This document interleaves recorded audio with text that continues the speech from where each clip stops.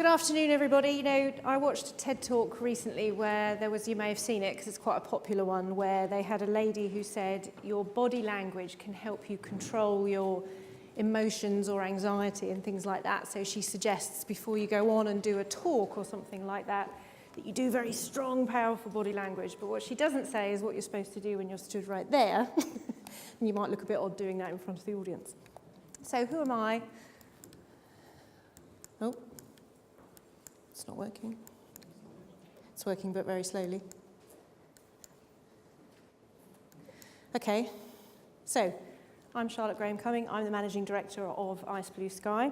And as John explained, we've had a slight hiccup this week in that Sky, as in B-Sky B, have decided to try and sue us for the use of the word sky, which is a bit peculiar. But I'll tell you more about that over a glass of wine. So, who are we? We are a marketing agency, and we essentially help our customers move from the left side of this circle, the more traditional, what they call interruption marketing, into the more organic, naturally led responses that you get from inbound marketing. So that's really as it says. So it's about using things like the customer journey to understand how you move your customer from the left-hand side in awareness all the way through purchase across to advocacy. So that's essentially what we do. What I do is I help companies put together strategies to achieve those goals. So as you can see through the customer journey, there's lots of different touch points that you can have with your customers. And as we've heard quite a bit today already, that joining those two things together, the different channels, so print, digital, telephoning, or face-to-face meetings, every touch point has a place and is slightly more effective or dramatically more effective depending on where you use it in that customer journey. So here, obviously, the focus today is largely print, but one of the things I wanted to get across is it's actually really important where, when, and how you use print, and that's what the case study is with Toshiba about this afternoon.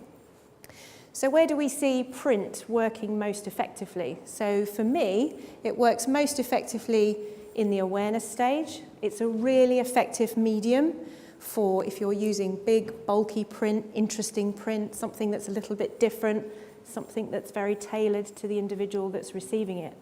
It can dramatically create a lot more awareness than an email, for example. Consideration right up to purchase. Print works really well here because one of the things that it does is it provides buyer reassurance. So depending on the level of the purchase that you're making, you may need as a buyer some reassurance I'm making the right decision, whether it's consumer or business to business. Business to business, you might be dealing in multi-million-pound software licenses. Consumer, you might be dealing with buying an expensive car or buying a house. But print can really help provide tangible reassurance to you as a buyer that you're making the right decision. So it's really effective at this particular point. The third place where print is really effective is in customer retention. So keeping your customers engaged with your brand by making them feel more valued.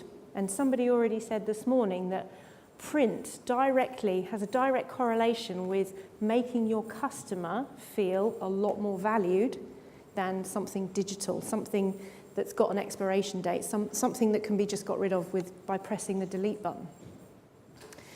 So what that means in practice is when you're running marketing campaigns, you're running them usually in one of these three areas. So these are the three primary objectives that you're working towards when running a marketing campaign: engagement, acquisition, and retention.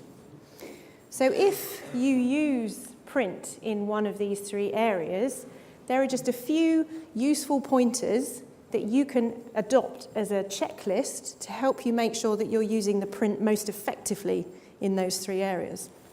So, as we've already talked about, the primary one is making it memorable.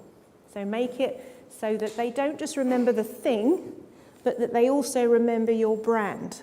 So it's important not to go overboard on the creative. The creative is really important, but don't go overboard so that it negates the memory of your brand. I'm sure all of you have watched an advert in the past, remembered the advert, couldn't remember the product. So that's a great advert in the sense from a visual point of view, but it's not a great advert from a commercial point of view, because that part needs to act as a trigger. It needs to be tailored towards that individual. And by that, I don't just mean name and address. And I'm not going to steal any of Royal Mail's thunder, so I'm not going to go into any statistics on this. But tailored mail outperforms non-personalised mail by a massive margin. So you've got to think about who you're targeting, the demographics of that individual, and what that means to you as a brand, and how you can use that information to create connections. So this one is, now I'm not telling you to be lazy, but what you have to assume at this stage is that your target is lazy, because they've got no reason to be otherwise with you, because you are going in and trying to get their attention. So one really good example is in a business-to-business scenario, for example, you may have where you send out something completely memorable, as I think Graham said on the panel just earlier, where you send something big and bulky, so it's memorable. The content is tailored to the individual, and with that particular campaign, they didn't have to actually do anything. It was all the recipient had to do was remember who sent it to them, so that when someone from that company phoned them, they would accept the call. So you're not really asking a huge amount of the recipient. So that's what I mean by lazy. Acquisition, as I said on the last slide, is about buyer reassurance. So giving them the confidence to go ahead and make that purchase. Now, obviously, this sits easily into B2B or B2C, but with B2B, obviously, it's more towards the higher end purchases. But using direct mail and printed items to provide a reassurance. So that could be a printed comparison of that item compared to other items or similar purchases, for example. Or it could be, using a business-to-business example, it could be a case study or a use case or any of those things. It could be reassuring statistics about the benefits that people have seen when they've bought that product. Enticement, obviously at this stage, when you're getting into pushing that customer into or pulling them into an acquisition, you need to entice them. So you need to think about, how can I use this printed item to entice them into that purchase? Now, is it a marketing tool such as discount? Is it a buy one, get one free? Is it an added service? Is it something they weren't expecting? All of those things you need to think about when you're using direct mail at this particular stage in the customer journey. So event is where we're looking into, so on the left-hand side, we looked at tailored, understanding the demographics of the individuals that we're targeting. But when we talk about event, what that means is, let's look at that individual and see what's going on with them. So, consumer example, Royal Mail provide a service where they will sell you data of, or allow you access to data of people who have recently moved home. So you know that they are likely to be in the market for new furniture, for example, or new household appliances, or music equipment, for example.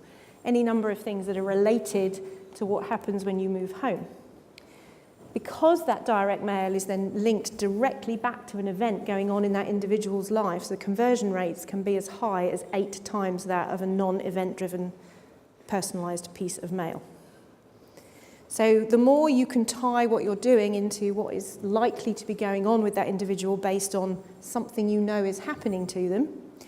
NCT data, for example, the Childbirth Trust, they will also allow you access to their audience. So it's looking at all of those different things. So retention is, as a few people have said already today, is looking to understand the audience, looking to understand, okay, what information can I collect about my audience that I don't know but I want to know? And then how can I then look at what insight that gives me? So seeking to understand your audience.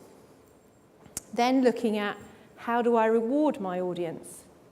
So these rewards can be monetary, they can be a birthday card, they could be just a voucher every so often. Again, if you use some of the elements that we've talked about in 1 and 2, those elements can be very strong in helping retain and encourage multiple repurchases from that consumer. And then the third one is really to acknowledge what you know about that customer and using that information to add value to that customer. So there's a statistic that bounces around where something like 89% of brands believe that they really, truly understand their customer. And this is across B2B and B2C. So they really feel that they know their customers. However, the reverse is that only 30% of customers feel that their suppliers, the people they buy things from, companies, brands, only around 30% believe that any brand knows them particularly well. So Amazon is really good at this. I mean, it's a popular example that everybody uses, but for very good reason. They are incredibly good at tracking your purchases, your behavior, whether you're just looking at things, and then analysing that information in order to provide you with the best suggestions for what you might want to purchase going forward.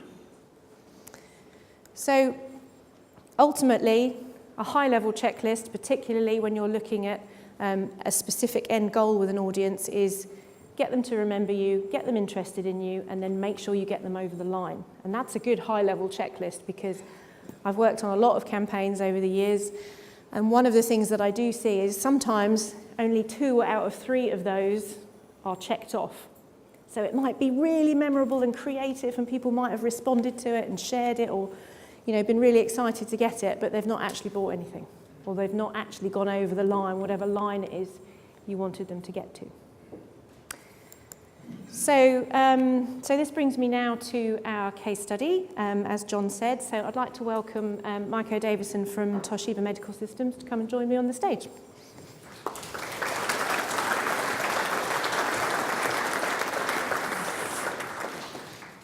Thank you.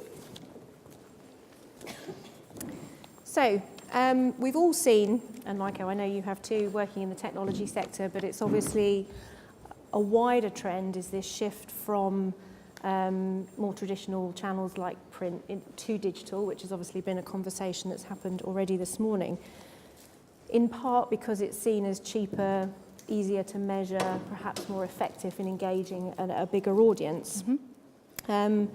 And I know you've had great success with print, and so one of the things I want to talk about in this interview is why you kind of went down that route and what you achieved.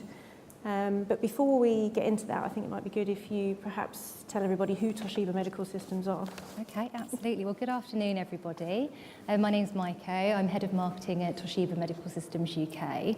I'm sure the majority of you will probably be familiar with the Toshiba brand, but you probably associate Toshiba with laptops and televisions.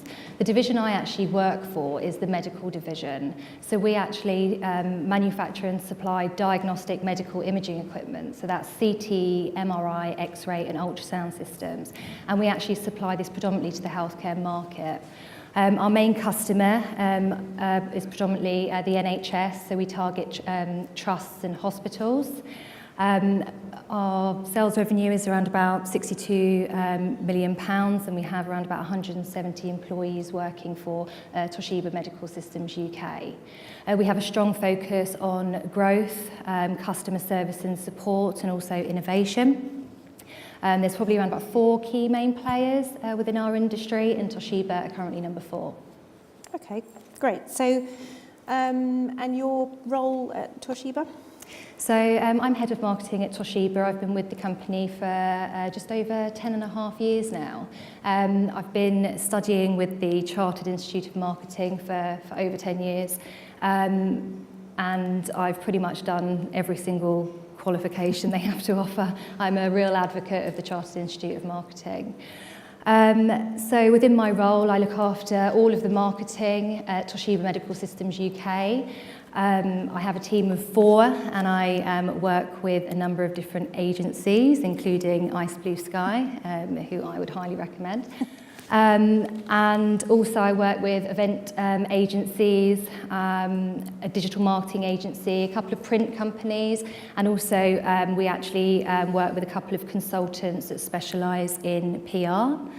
In terms of my role is so varied. I deal with absolutely everything and anything. There isn't anything in particular that I specialise in. I literally just look after everything and anything to do with marketing. Over my years at Toshiba, I've worked on a number of different projects ranging from a full brand refresh for the Toshiba Medical Systems UK brand, which actually involved a huge research piece, which was really interesting. We looked at the macro, micro environments, full audit, looking at the competition, looking at our value proposition, really interesting project to work on. I also look after partnerships with Manchester United, Barnet Football Club, the Tessa Sanderson Foundation, and I'd say probably one of my biggest projects was just literally developing a marketing department for Toshiba Medical Systems. We literally started off with nothing when we first started. Excellent. Sounds like it's a lot to keep you very busy. Lots of different areas. Absolutely, keeps me out of trouble. Yeah. So I think it would be really interesting for the audience here to know kind of what just to give context before we get into the actual campaign, sort of what your objectives are for your marketing, you know, who you're targeting, what it is you're trying to achieve. Okay. So I'd say our main goal is to try and go from number 4 to number 3.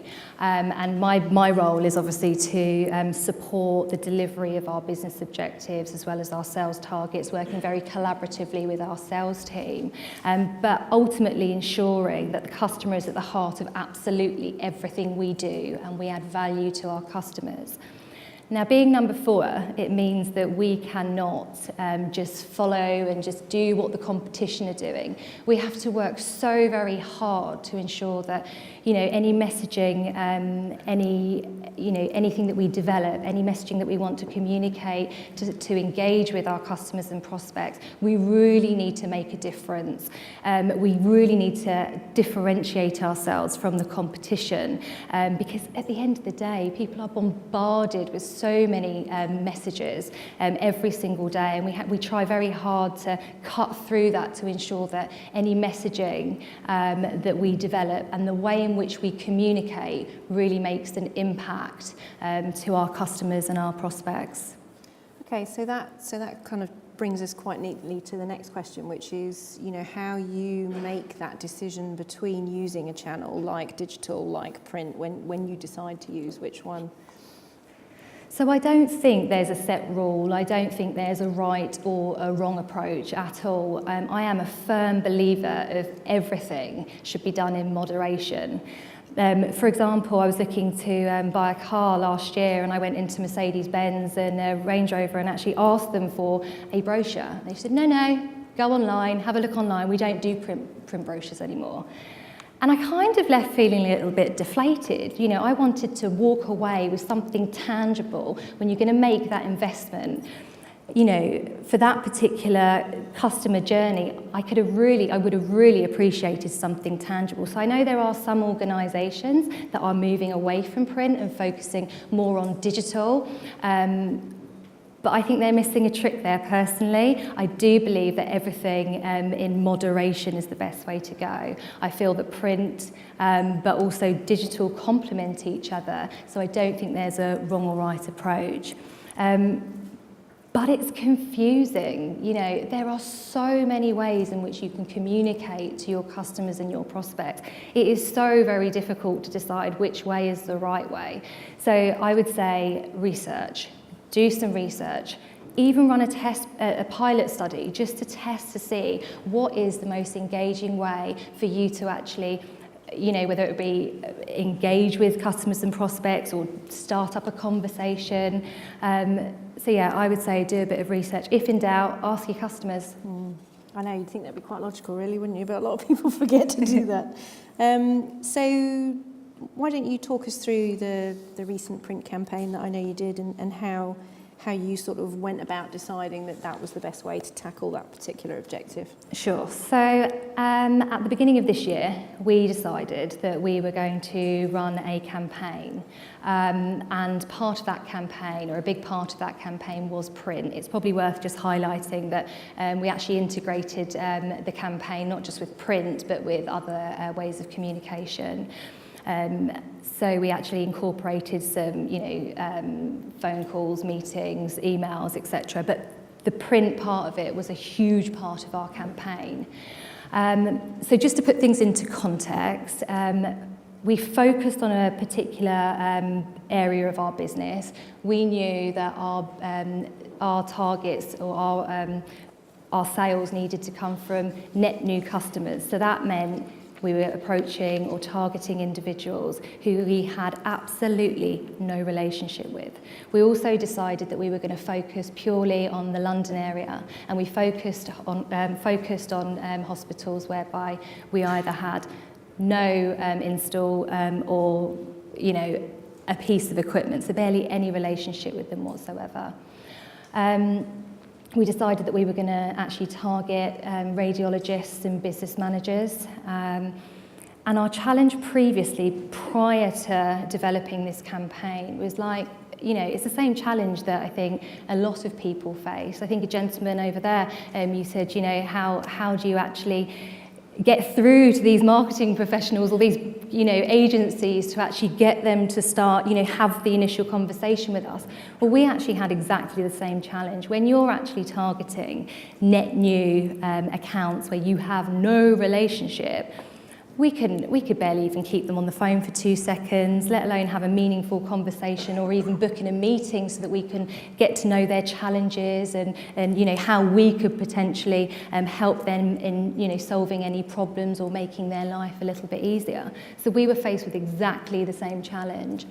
But our business had to come from net new, so there was no way that we could just shy away from it. We had to, approach the situation and just jump right in.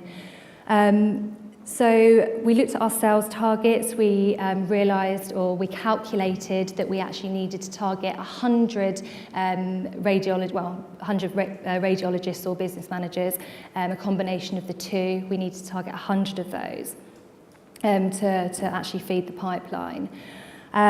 We did a bit of research to find out exactly what their hierarchy of needs was so that we could understand exactly how we should actually tailor our messaging.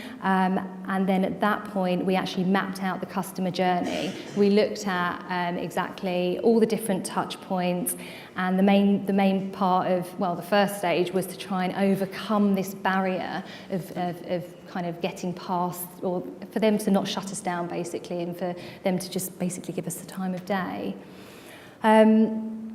So we also received a bit of feedback from customers whereby they were saying, we're bombarded with so many emails, we get thousands of emails, and it's just quite overwhelming. And we didn't really feel that at that point digital marketing was the right approach. And at that point we decided, right, we need to do something really creative, really focused, something different, something memorable, and something that's going to really help raise the awareness of our brand, but initiate that conversation so they will give us the time of day. And that's when we decided that we wanted to develop a direct mailer. Okay, so what did you end up doing in terms of content, how it looked, etc.? So I've got a little photo. So what we decided to do was do something different. We wanted to make the target or the chosen 100 decision makers feel very special. We wanted this campaign to be memorable. So what we did was we developed a box. It was actually tailor-made box. We didn't actually put our branding on it, just because we felt that would probably act more as a barrier. So we developed a tailored box. We put a nice ribbon on it, and then we actually personalised that box to the person it needed to be delivered to. Now, inside the box, what we did was we wanted to come up with something different. We felt as though we just sending them a brochure, a product brochure, really wasn't going to make much of an impact, so we had to think outside of the box. Excuse me. And so what we did was we actually created this video flyer, and the content within the video flyer was very tailored to that individual that we were actually trying to develop a relationship with. We also incorporated some glossy brochures, some flyers, some 4-page laminated flyers, and just to make it slightly memorable, we decided to just throw in a Kit Kat. So we thought, you know what, when you're having a break, perhaps you can look through the literature that we've sent over. So yeah, that was pretty much the campaign. And in order to make people feel special, we actually decided that we weren't going to post these out. I actually got 2 of my team to hand deliver and actually personally deliver to the person that we wanted to receive this box, just to make it really memorable. Mm-hmm. So they remembered to take your call when you followed up. Yeah. So did you get some feedback from the people who received it? It'd be interesting to know what they thought. We did get some feedback, but it's probably worth mentioning that we didn't actually put in a specific call to action for this particular campaign. Absolutely, we did put our contact details in there. We included, our contact details on every single piece of literature so people would know who they would need to contact if they wanted to call in. What we did add was a business card of their local account manager, but at this point there was nothing that we proactively wanted them to do. It goes back to your point earlier, Charlotte. Basically, what we wanted to do is when we did the follow-up, we wanted them to speak to us and give us the time of day. And then just going back to the feedback, well, we were personally hand delivering the boxes, so we actually got instant feedback from the chosen individuals. And the feedback was absolutely phenomenal. I think it was 99 out of 100. The feedback was more than positive. I had comments such as, wow, what have I done to deserve this? And this is so innovative. No other supplier has done anything like this. Or actually, I don't think I've ever seen any marketing like this. So it really kind of created a buzz around the campaign. But when we actually did the follow-up calls to actually ring round and start actually striking up meaningful conversations with these with this target audience, they were willing to speak to us. But not only were they willing to speak to us, they remembered us. Oh, you're Toshiba Medical Systems. You delivered the red box, and thanks for the Kit Kat. And I've read through the literature. And then we could really start to build that relationship with them. And ultimately book a meeting. So are you able to share some of the results that you got from that? Sure, absolutely. So this was actually a 30-day campaign that we ran, and I had 2 of my team members actually hand delivering these boxes. We actually invested around about £7,000 on getting all of this developed and delivered. And within the 30 days, we managed to unearth £5.8 million worth of opportunities, £2 million of which we're just about to close. So pretty good ROI then, I think, from that one. Well, I was happy. So just quickly, what advice would you give to other marketing professionals who might be thinking of using print in this way? What were some of the lessons that you learned, certainly? Well, I would just say be creative. There are so many different options out there. You can do more than, just a brochure. I mean, don't get me wrong, a brochure does have its place, and I think it's still, very good. But I would just say be creative, think outside the box. I would say anything you do, I would track and measure the return on marketing investment that you're actually getting, because that will really demonstrate the value something like this or a campaign like this can really deliver. I would also say always have in the back of your mind your objective and your strategy, and then, kind of figure out your tactics as well as, considering the customer. Absolutely. And just, always have the customer in mind. Definitely. And to answer the gentleman's question over there from earlier, what advice would you give printers for engaging with people like you and I? So it's really interesting to hear, so I'm really sorry I didn't catch your name, to actually hear you say that, because I don't actually get exposed to any print conferences, events. I couldn't actually tell you one print conference that actually happens in the UK or, around Europe. So I'd probably say raise the awareness within, marketing professionals, organisations, but I think you're going to have to demonstrate exactly how and where you can add value. I would say a big piece of advice to printers is probably invest that time in really getting to know your customers, understand their challenges, find out a bit more about perhaps what their objectives are, because then you could potentially make more of an informed recommendations on the products and services you actually offer. I get the odd phone call from a print company just say, hey, we print roller banners and brochures.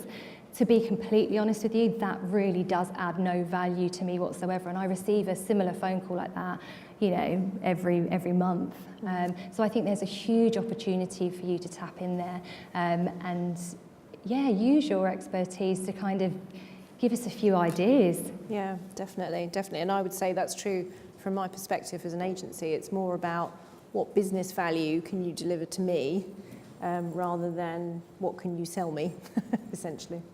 Okay, well, thank you very much. I really appreciate your time. Thank you for having me. Have we got time for Q&A, John? No, we haven't, but we'll be around in the break if anyone's got any questions. Perfect. Thank you, Maiko. Thank you very much.